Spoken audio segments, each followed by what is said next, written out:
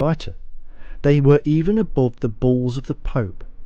And even President Lincoln, who was finally assassinated after numerous attempts, said, "The Jesuits are so expert in those deeds of blood that Henry IV said that it was impossible to escape them, and he became their victim, though he did all he could to protect himself. I know that the Jesuits never forget nor forsake."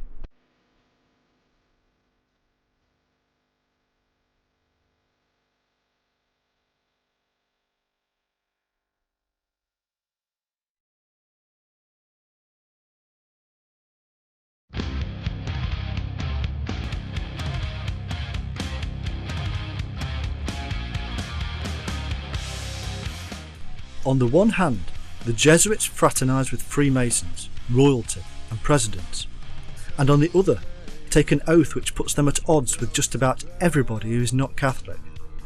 It is into this world Wiseout was brought up.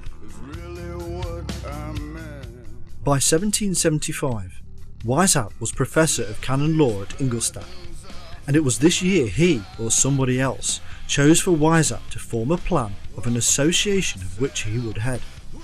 This association would oppose the forces of superstition and lies, which can only imply religion. The thoughts of many commentators are that Wiseout so hated the Jesuits that he thoroughly intended to do away with them once and for all. Others believe that Wiseout was in fact trained by the Jesuits for the purpose of raising a worldwide army of spies, who would constantly be feeding back information that the Jesuits could not get any more through their confessions. In fact, the Illuminati even set up their own confessions, in line with that of the Jesuits. All of this surveillance and confession were fed back to the Jesuits from the very people who were supposed to be against them. How better to find out what was in the mind of the opposition than to be the opposition? This is a standard double ploy utilised for centuries by secret services of all religions and all nations. Through associations with the Freemasons, the Jesuits managed to get information from and influence to the Freemasons of the globe. Just how much influence the Illuminati finally had, or have, is unknown, as that is the idea of secrecy. But what can be seen is that following Wiseout's amazing creation out of the order of a much older institution, we suddenly have several worldwide revolutions and the balances of power shifting like never before. It is out of these times and revolutions that our present day governments were formed. Read into that what you wish.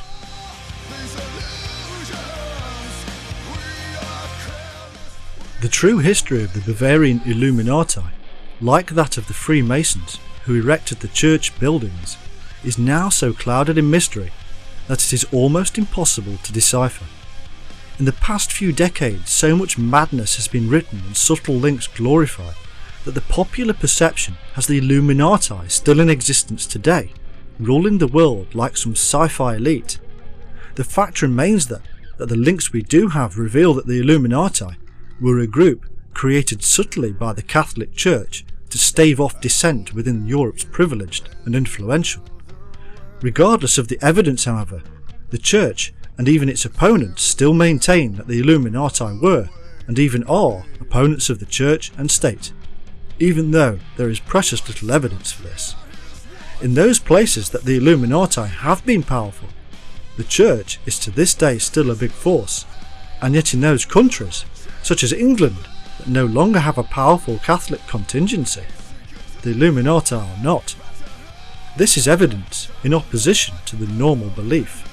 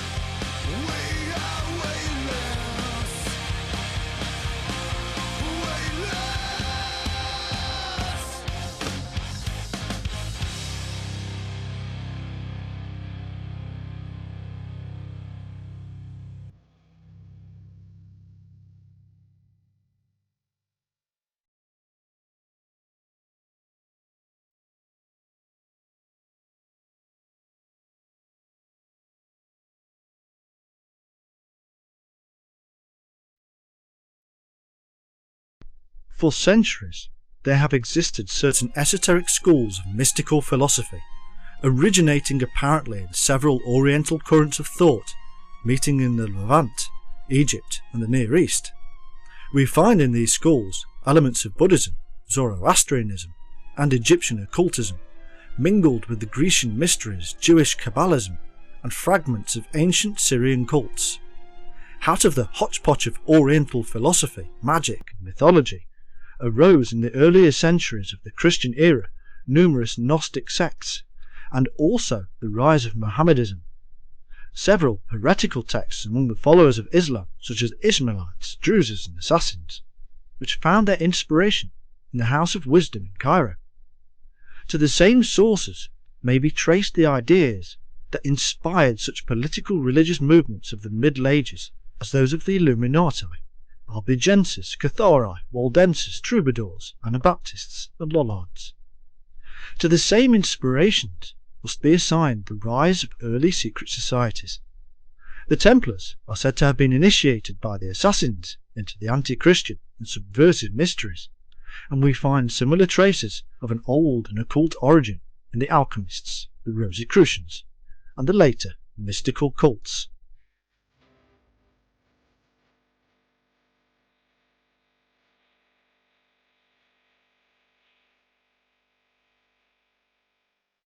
They are all connected and all derived from a similar, if not the same, source.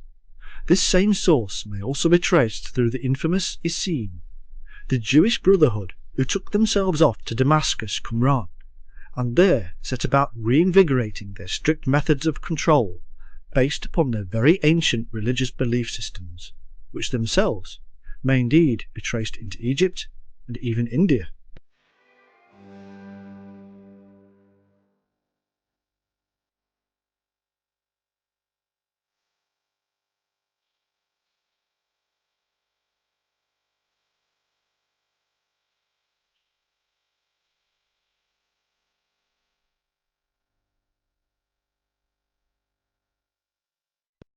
The form running through all these secret societies, apart from the strict method of control, is the underlying belief in and worship of the stars, the sky.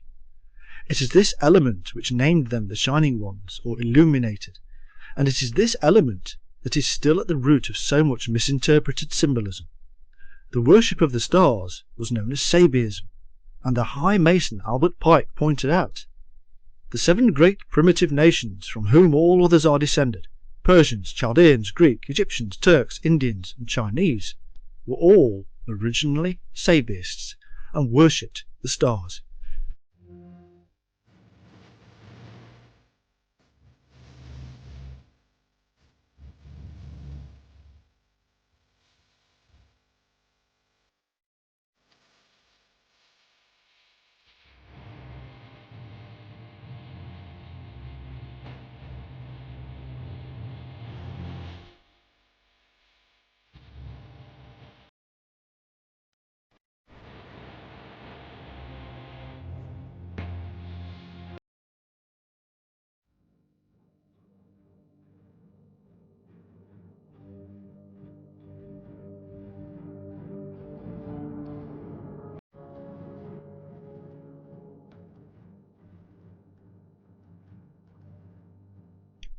The very power of understanding the stars was jealously guarded by all priesthoods around the world, from Aztec to Egyptian. In each case, the role of the priest was to interpret the movements of the stars, sun, and moon, in order to better predict the future and for navigation, something the Jesuits would prove to be extremely good at. This jealousy forged ciphers, codes, and symbols. It forced the hiding and destruction of implements and tools of trade. Many of the Freemasonic symbols we see today were never meant for building. They were meant for astronomy.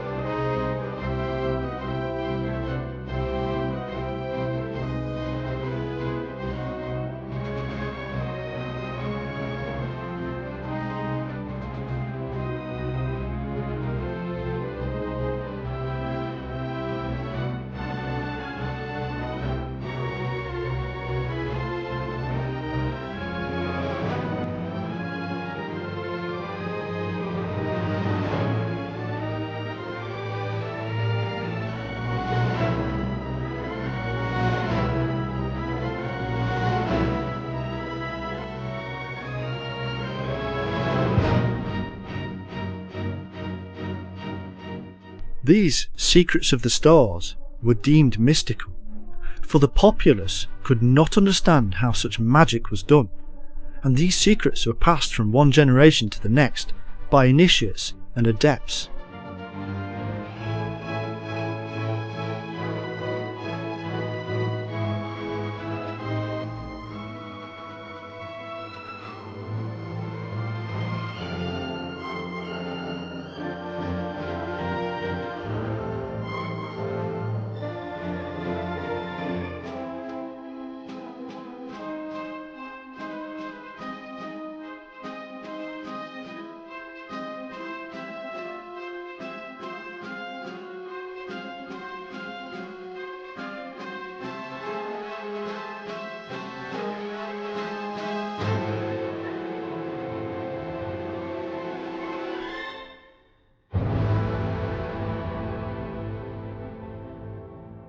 Man collects himself together into groups like fish in a school or birds in a flock.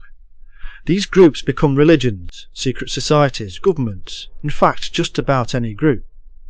There is a simple reason for this grouping, and it is exactly the same for the animals. We form together for protection against predators. There is strength in numbers. Whether you are a Freemason or a Boy Scout, the ultimate reason you join forces with others of like race and like mind is because you see strength and protection.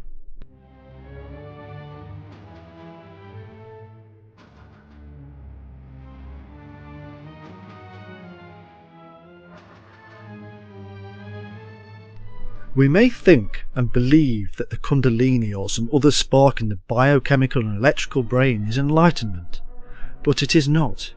True enlightenment is wisdom, and secret societies were originally often formed from concepts of attaining this true wisdom. However, time alters many things, and now our masters feed us filth and keep us in the dark. We are told what to be like, what to buy, what to do, what to say. We no longer need to know ourselves. The television has all the answers. But the fact is, what we see on the television is a reflection of greed, money and capitalism, and these can easily be the dark forces of human nature, and more often than not, the reins of these forces are held by the few.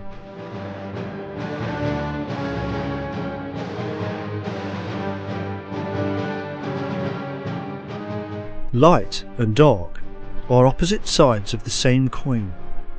Balance is like a coin placed upon its edge, and like a coin, it can easily be knocked over.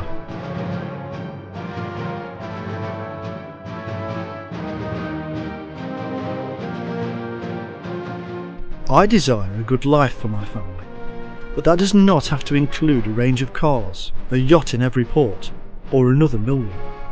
I am not a communist, I'm a realist, and the reality is that while one man has, another does not. My evolutionary instinct is to gather goods, property and wealth for the bad times ahead, to see me through the winter or the coming storm.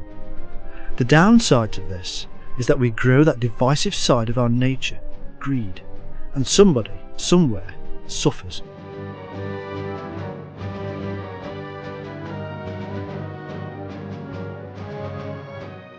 The ancient Chinese texts tell us that mankind has been in this situation before many times, and that his greed and noise has brought his civilizations crashing down to the ground. How close are we to doing it yet again? Those shining ones who were empowered to watch over mankind need not have authority over our minds anymore.